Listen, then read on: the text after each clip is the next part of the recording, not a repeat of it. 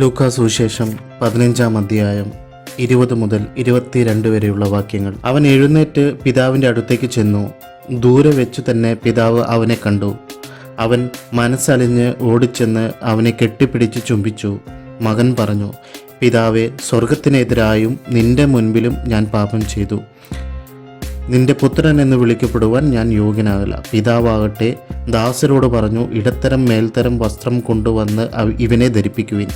ഇവൻ്റെ കയ്യിൽ മോതിരവും കാലിൽ ചെരുപ്പും അണിയിക്കുവിൻ. ദൈവവചനമാണ് നാം കേട്ടത്. അപ്പോൾ നമ്മൾ ഇന്നിപ്പോൾ കേട്ടിരിക്കുന്ന ഈ വചനം എന്ന് പറയുന്നത് ധൂർത്തപുത്രൻ്റെ ഉപമയാണ്. ലൂക്കാ സുവിശേഷത്തിലുള്ള ഏറ്റവും മനോഹരമായ ഒരു സുവിശേഷമാണ്. നമ്മുടെ ജീവിതത്തിൽ നമ്മളും ഇതുപോലെ ധൂർത്തപുത്രൻ്റെ ഒരു അവസ്ഥയിൽ കൂടി കടന്നു പോയിട്ടുണ്ട്. നമുക്ക് കർത്താവ് തരുന്ന ആ ഒരു സ്നേഹവും സംരക്ഷണവും കൃപയും എല്ലാം നമ്മൾ വേണ്ട എന്ന് വെച്ചിട്ട് നമ്മുടെ ലോകത്തിൻ്റേതായ പല സുഖങ്ങളും തേടിപ്പോയിട്ടുണ്ട് നമ്മൾ. പക്ഷെ അതിനൊന്നും ഒരു ശാശ്വതമായ ഒരു നിലനിൽപ്പില്ല. അതിനെല്ലാം കുറച്ച് നേരത്തെ ആയുസ് മാത്രമേ ഉണ്ടായിരുന്നുള്ളൂ. നമ്മൾ പല പാപങ്ങളിലും പല തെറ്റുകളും ചെയ്ത് ആ ഒരു പന്നിക്കൂട്ടിൽ കിടക്കുന്ന ആ ധൂർത്തപുത്രൻ്റെ ഉപമ പോലെ നമ്മൾ പാപത്തിൻ്റേതായ ചെളിക്കുഴിയിൽ വീണു പോയിട്ടുണ്ട്. അപ്പോഴൊക്കെ നമ്മളൊന്ന് ഓർക്കേണ്ടത് നമുക്കൊരപ്പനുണ്ട്, നമ്മുടെ അപ്പൻ അവിടെ നമ്മളെ കാത്തിരിക്കുന്നുണ്ട് എന്നാണ്. ഇതിൽ ഏറ്റവും മനോഹരമായ ഒരു വചനം എന്ന് പറയുന്നത്, അവൻ വരുന്നതും നോക്കി അപ്പൻ അവിടെ കാത്തിരുന്നു. ദൂരെ നിന്ന് പോലും അവനെ കണ്ടപ്പോൾ ആ അപ്പൻ ഓടിച്ചെല്ലണമെങ്കിൽ എല്ലാ ദിവസവും ആ മകൻ തിരിച്ചു വരും എന്നുള്ള പ്രതീക്ഷയിൽ അപ്പൻ അവിടെ കാത്തിരുന്നിട്ടുണ്ട്. അതുകൊണ്ടാണ്.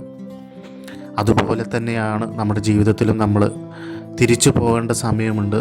നമ്മൾ എത്രയും പെട്ടെന്ന് തന്നെ നമ്മുടെ പാപങ്ങളൊക്കെ ഏറ്റുപറഞ്ഞ് കുമ്പസാരിച്ച് വിശുദ്ധ കുർബാനയിലേക്ക് നമ്മൾ തിരിച്ചു പോകണം. അവിടെ കാത്തിരിക്കുന്ന ഒരു ദൈവം നമുക്കുണ്ട്. കർത്താവായ യേശു ക്രിസ്തു അവിടെ കാത്തിരിക്കുവാണ് നമ്മുടെ ഓരോരുത്തർക്കും വേണ്ടി. നീ എത്ര വലിയ പാപിയാണെങ്കിലും, നീ എത്ര വലിയ കൊടുംക്രൂരമായ പാപം ചെയ്തിട്ടാണെങ്കിലും, ദൈവം നിന്നെ പുറത്ത് നിന്നെ മകനായി സ്വീകരിച്ച് ആ പാപങ്ങളൊക്കെ കഴുകിക്കളഞ്ഞ് അവൻ്റെ തിരു രക്തത്താൽ കഴുകിക്കളഞ്ഞ് നിന്നെ ഒരു പുതുജീവിതത്തിലേക്ക് നയിക്കുവാൻ, നിന്നിൽ കൃപ നിറയുവാനും പരിശുദ്ധാത്മാവിനാൽ നിറയുവാനും അവൻ്റെ സമാധാനം നിൻ്റെ ജീവിതത്തിൽ വരുവാൻ വേണ്ടി ദൈവത്തിന് സാധിക്കും. അതിനു വേണ്ടി നമ്മൾ തിരിച്ചു പോകണം എന്നുള്ളൊരു കാര്യം മാത്രമേ ഉള്ളൂ. അവൻ്റെ തിരു രക്തത്താൽ നിൻ്റെ പാപങ്ങളൊക്കെ കഴുകിക്കളയും. എൻ്റെയും നിൻ്റെയും ജീവിതത്തിൽ സംഭവിച്ചിരിക്കുന്ന എല്ലാ പാപങ്ങളും യേശുവിൻ്റെ തിരു രക്തത്താൽ കഴുകിക്കളയാൻ യേശുവിന് ഒരു നിമിഷം മതി. അവൻ കാത്തിരിക്കുകയാണ് അവിടെ. നമ്മൾ തിരിച്ചു പോയി അവൻ്റെ അടുത്ത്, അപ്പ, ഞാൻ ചെയ്ത പാപങ്ങൾക്കെല്ലാം എന്നോട് ക്ഷമിക്കണമേ എന്നുള്ളൊരു വാക്ക് മാത്രം മതി. അതിനപ്പുറം മറ്റൊന്നുമില്ല. നമ്മൾ ജീവിതത്തിൽ ഇതുവരെ ചെയ്തിരിക്കുന്ന പാപങ്ങളൊക്കെ ഏറ്റുപറഞ്ഞ് വിശുദ്ധ കുർബാനയിലേക്ക് നമ്മൾ തിരിച്ചു പോകണം. അവിടെ കാത്തിരിക്കുന്ന ദൈവത്തെ നമ്മൾ കൈകൾ നീട്ടി സ്വീകരിക്കണം. അവൻ ജീവിതത്തിലേക്ക് വന്നാൽ നമ്മൾ കൃപയും സമാധാനവും എന്നും അവൻ്റെ സമാധാനം മാത്രം മതി നമ്മുടെ ജീവിതത്തിൽ. നമ്മുടെ ക്ലേശങ്ങൾ, നമ്മുടെ പ്രശ്നങ്ങളെല്ലാം മാറി മറിയാൻ വേണ്ടി. നിങ്ങളുടെ ജീവിതത്തിൽ ഒത്തിരിയേറെ പ്രശ്നങ്ങളിലൂടെ നിങ്ങൾ കടന്നു പോയിട്ടുണ്ടാവും. പക്ഷെ അതിനുള്ള എല്ലാ ഉത്തരവും ലഭിക്കുന്നത് കർത്താവിൽ നിന്ന് മാത്രമാണ്. എല്ലാവരും വിശുദ്ധ കുർബാനയിലേക്കും തിരിച്ചു പോകണമെന്ന് ഞാൻ പറയുകയാണ്, അഭ്യർത്ഥിക്കുകയാണ്. അപ്പോൾ നമുക്ക് പ്രാർത്ഥിച്ചുകൊണ്ട് തന്നെ ഈ ഒരു വീഡിയോ അവസാനിപ്പിക്കാം. നന്മ നിറഞ്ഞ മറിയമേ സ്വസ്തി, കർത്താവ് അങ്ങയുടെ കൂടെ സ്ത്രീകളിൽ അങ്ങ് അനുഗ്രഹിക്കപ്പെട്ടവളാകുന്നു.